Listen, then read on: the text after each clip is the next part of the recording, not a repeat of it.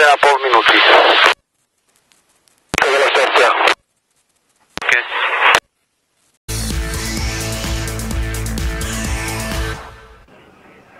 Ahojte, som Matej Homola a poďte sa so mnou pozrieť na preteky FIA ETCC Spa-Francorchamps.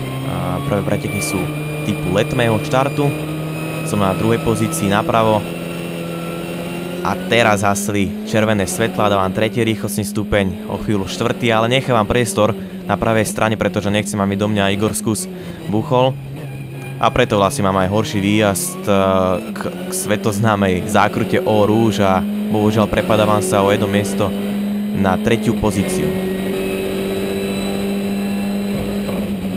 Nachádzam sa v Eau Rouge a mierne zaváhanie.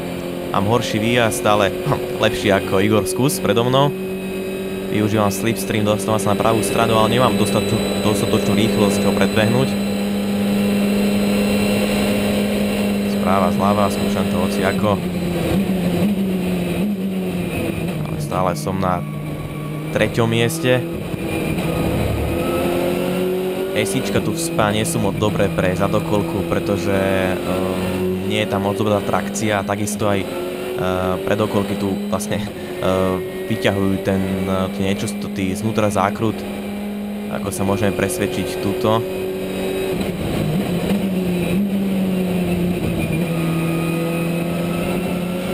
No, nadýchal som sa pekne prachu, ale idem ďalej.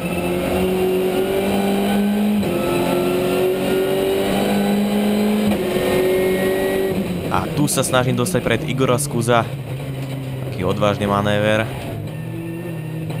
Trošku sme sa potlačili, ale ideme ho vydvíjať, ale úplne v pohode. Opakovačka, ďakujem režisér.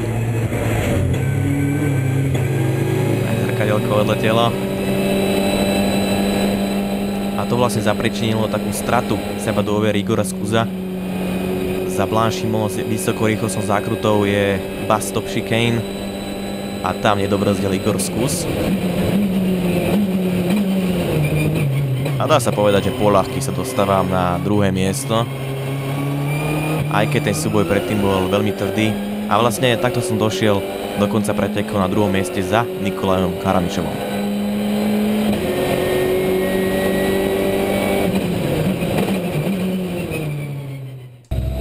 Druhé preteky štartujem zo 7. miesta, lebo prvá osmička sa otáča.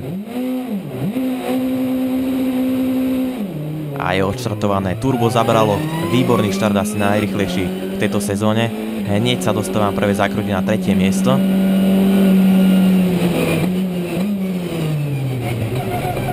Je to tam veľmi tesne. Traja v zákrute La Source prepína mapu motora. A k Eau Rouge som už na treťom mieste za Michalom Matejovským. Nechávam tam priestor pre Peťa Fulina, ktorý je tam vedľa mňa. Tuto to môžeme vidieť.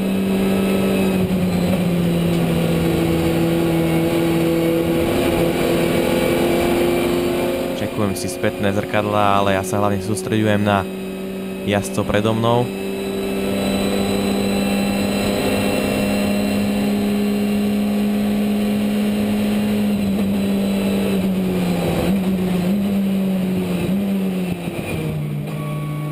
Michal Matejovský to trocha prepálil, ale vlastne tým mi nechal otvorené dvere na pravej strane vozovky.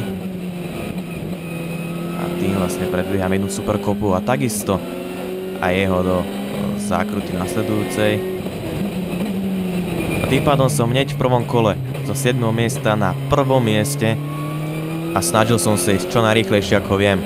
A tým pádom trpeli trocha aj pneumatiky, pretože som išiel veľakrát bokom za hranicou auta. To môžeme vidieť, nechal som čiary za zákrutou. Vytvoril som si nejaký náskok, ale bohužiaľ Nikolaj Karamišov ma sťahoval veľmi rýchlo.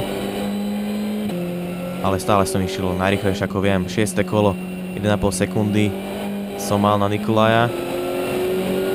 Aj v tejto zákrute môžete vidieť, že ten zadok jednoducho už neposlúchal tie pneumatiky. Už toto bolo také mierne pretáčavé, až moc. Ale aj tak som sa snažil čo najrýchlejšie ako viem.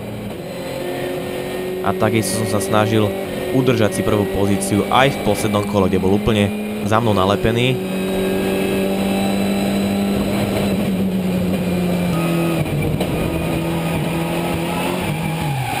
ale bohužiaľ prišla chyba. Pneumatiky už vôbec nefungovali a dostal som pretáčavý šmík, dokonca mi skápal motor.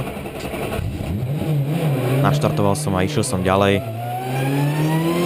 Opakovačka, dúfam, že bude režisér. Áno, ďakujem pekne.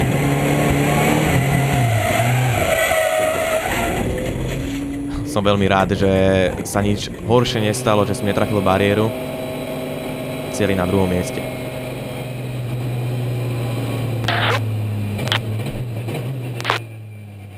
Už gumy, 3 kola, už som chvíľu stále bokom už.